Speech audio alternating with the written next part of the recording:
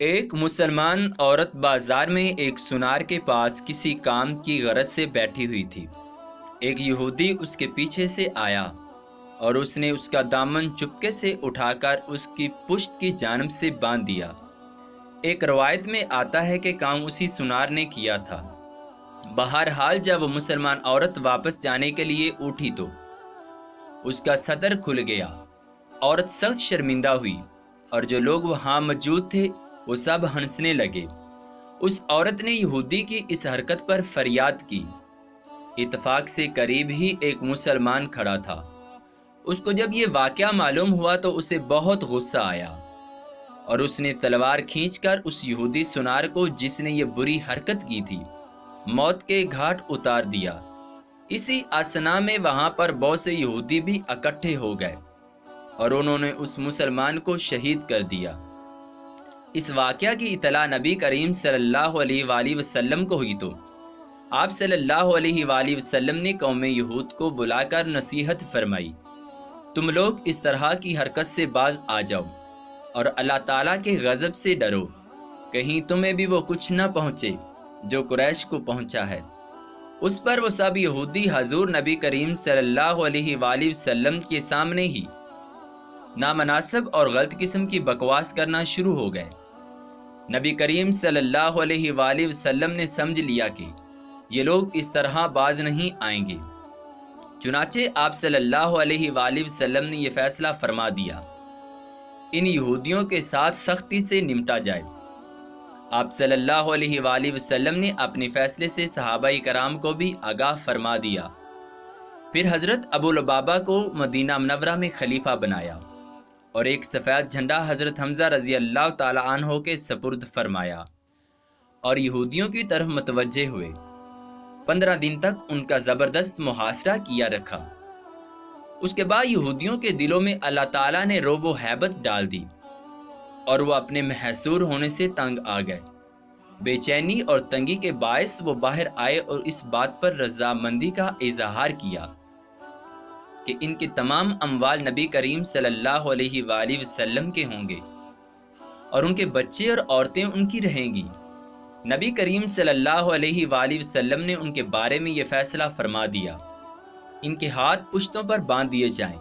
پھر حضور صلی اللہ علیہ وآلہ وسلم نے چاہا کہ ان کو قتل کرنے کا حکم فرمائیں تو عبداللہ بن ابی سلول منافق نے درخواست کی، حضور صلی اللہ علیہ وآلہ وسلم ان لوگوں سے درگزر فرمائیں۔ اس بے حیا نے اس قدر منت کی کہ حضور صلی اللہ علیہ وآلہ وسلم کو مجبور کر دیا۔ چنانچہ آپ صلی اللہ علیہ وآلہ وسلم نے ان کے خون سے درگزر فرمایا اور ان لوگوں کے بارے میں یہ فیصلہ فرما دیا کہ وہ جلا وطن ہو جائیں، یعنی مدینہ منورہ کی آبادی سے نکل جائیں۔ عبداللہ بن ابی سلول نے اس فیصلے پر نظر ثانی کی درخواست کی مگر نبی کریم صلی اللہ علیہ وآلہ وسلم نے قبول نہ کیا۔ چنانچہ یہودیوں کا یہ قبیلہ بنو کنیکہ شام کے علاقے میں ازرغات کے مقام پر جا آباد ہوا۔ کچھ مدت کے بعد وہ سب ہلاک ہو گئے اور ان کا مال و اسلحہ مسلمانوں کی غنیمت بنا۔ حضور صلی اللہ علیہ وآلہ وسلم نے اس میں سے اپنے لیے 3 تلواریں اور 3 نیزے اور 3 کمانیں منتخب فرمائی اور ایک زیرہ حضرت سعد بن معاذ رضی اللہ تعالی عنہ اور ایک زیرہ حضرت محمد بن مسلمہ کو عطا فرمائی۔ روایت میں آتا ہے کہ ان میں 300 یہودی زرہ پوش تھے۔ نبی کریم صلی اللہ علیہ وآلہ وسلم نے حکم فرما دیا، اس مال میں سے 5واں حصہ خمس الگ کرے۔ کہا جاتا ہے کہ یہ پہلی خمس ہے جو سرور کائنات صلی اللہ علیہ وآلہ وسلم کے حکم سے الگ کی گئی۔ ایک دفعہ حضرت علی کوفہ میں خطبہ دے رہے تھے۔ ہزاروں کا مجمع تھا کہ ایک شخص کھڑا ہو گیا اور کہا کہ میں اور میرے بچے 2 دن سے بھوکے ہیں اور میں 500 درہم کا مقروض ہوں، قرض خواہ آمادہ فساد ہے۔ جناب امیر نے فرمایا، اے شخص بیٹھ جا، خطبہ تمام ہونے دے، اللہ تیری حاجت پوری کرے گا۔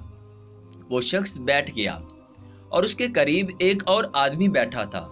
اس نے کہا کہ اے شخص، اتنے آدمی بیٹھے ہیں تو اپنا سوال پھر جاری کر، کوئی تو تیرا سوال پورا کرے گا۔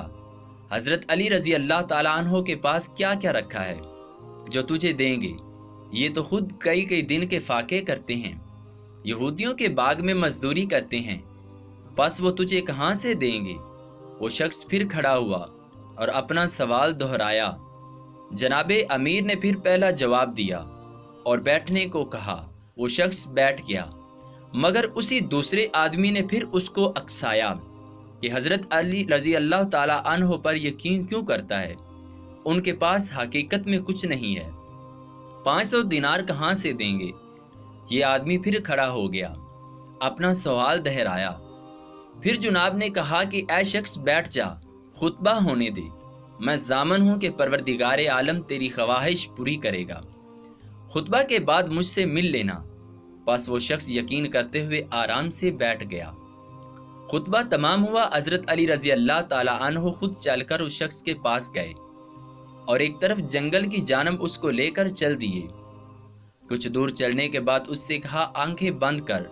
اس نے آنکھیں بند کر لی، فرمایا کھول دیں۔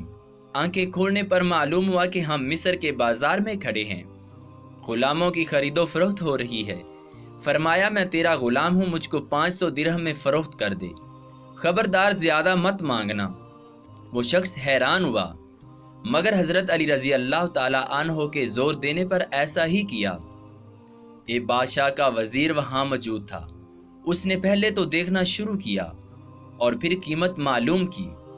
اس نے 500 درہم بتائی۔ وزیر کے کہنے پر ان کا نقاب اٹھا دیا گیا اور اس نے 500 درہم گن کر اس کے حوالے کیے۔ اس آدمی نے اپنی راہ لی اور حضرت علی وزیر کے ساتھ بادشاہ کی خدمت میں حاضر ہوئے۔ بادشاہ نے کہا کہ اے شخص تو کیا کام کر سکتا ہے؟ فرمایا جو کچھ بھی حکم ہوگا بصور چشم بجا لاؤں گا۔ بادشاہ بہت خوش ہوا اور کہا کہ پہلے تو یہ کام کرو کہ ایک اژدہا ہر سال یہاں اس شہر میں آتا ہے اور بہت سے آدمیوں کو نگل جاتا ہے۔ اب چونکہ اس کے آنے کا دن ہے، تم کسی طرح اس کو ہلاک کرو۔ پس اگلے دن حضرت علی بمائے حکام کے اس راستے پر کھڑے ہو گئے جہاں سے اس اژدہا نے آنا تھا۔ آپ نے دیکھا کہ ایک بہت بڑا اژدہا پھنکارے مارتا ہوا آ رہا ہے۔ سب لوگ خوف سے کمزور پڑ گئے۔ آپ رضی اللہ تعالیٰ عنہ نے حوصلہ دیا اور خود آگے بڑھ گئے، یہاں تک کہ اژدہا بالکل قریب آ گیا۔ آپ نے آگے بڑھ کر اس کے دونوں جبڑے پکڑے اور چیر کر 2 ٹکڑے کر دیے۔ لوگوں کو اس سے اطمینان ہوا، مگر ان پر حیرت ہوئی۔ بادشاہ بہت خوش ہوا، کہا کہ تم نے بہت بڑا کام کیا ہے۔ ایسا ہی ایک اور کام ہے، وہ یہ ہے کہ جب دریا چڑھ آتا ہے تو شہر میں داخل ہو جاتا ہے اور آبادی کا بہت نقصان کرتا ہے۔ کسی طرح یہ رک جائے اور شہر میں داخل نہ ہو۔ آپ بمائے حکام اعلیٰ دریا پر گئے اور شہر کی طرف سے ایک چھڑی لے کر کنارے کے قریب قریب ایک لکیر لگا دی اور کہا کہ اے دریا، تجھے میری قسم ہے جو اس لکیر سے آگے بڑھے۔ دریا آج تک ٹھاٹے مارتا ہے مگر اس لکیر سے آگے نہیں بڑھتا۔ جب بادشاہ کو علم ہوا تو بہت حیران ہوا کہ یہ تو کوئی بہت بڑا انسان ہے۔ کہنے لگا اے شخص، تو نے 2 بڑے کام کیے ہیں، اگر تیسرا کام کر دے تو تجھے آزاد کر دوں گا۔ فرمایا حکم دیں۔ بادشاہ کہنے لگا ایک شخص کوفہ میں حضرت علی رضی اللہ تعالیٰ عنہ کے نام سے مشہور ہے، اس کا سر کاٹ کر لا دیں۔ آپ رضی اللہ تعالیٰ عنہ نے کہا یہ کام بہت آسان ہے، جلدی سے تلوار لائیے، ابھی سر حاضر کرتا ہوں۔ بادشاہ نے تلوار منگائی۔ آپ نے فرمایا اس تلوار کو بلند کرو، جب میں 1 2 اور 3 کہوں تو تم فوراً تلوار مار دینا، حضرت علی رضی اللہ تعالیٰ عنہ کی گردن تمہارے سامنے پڑی ہوگی۔ بادشاہ نے تلوار اٹھائی، حضرت علی رضی اللہ تعالیٰ عنہ نے گردن چکائی۔ 1 2 3 کہا، مگر بادشاہ حیران تھا کہ یہاں اس غلام کے سوا اور کوئی بھی نہیں ہے، تلوار کس پر چلاؤں؟ وہ سوچ میں تھا کہ حضرت علی رضی اللہ تعالیٰ عنہ نے گردن چکاتے ہوئے اس کو پریشان دیکھ کر کہا ادھر دیکھو نا، میں ہی علی رضی اللہ تعالیٰ عنہ ہوں۔ یہ آواز سنتے ہی تلوار پھینک کر بادشاہ حضرت علی رضی اللہ تعالیٰ عنہ کے قدموں پر گر پڑا اور کہا کہ اگر حضرت علی رضی اللہ تعالیٰ عنہ آپ ہیں تو میں ایسے علی کے خدا پر ایمان لاتا ہوں مجھے آج تک مغالطے میں رکھا گیا۔ یا علی مجھے اپنے رسول صلی اللہ علیہ وآلہ وسلم کا کلمہ پڑھائیے۔ لہٰذا وہ بادشاہ تمام کنبہ کے ساتھ مسلمان ہو گیا۔ حضرت علی رضی اللہ تعالی عنہ نے اسے دعا دی اور کوفہ کی راہ لی۔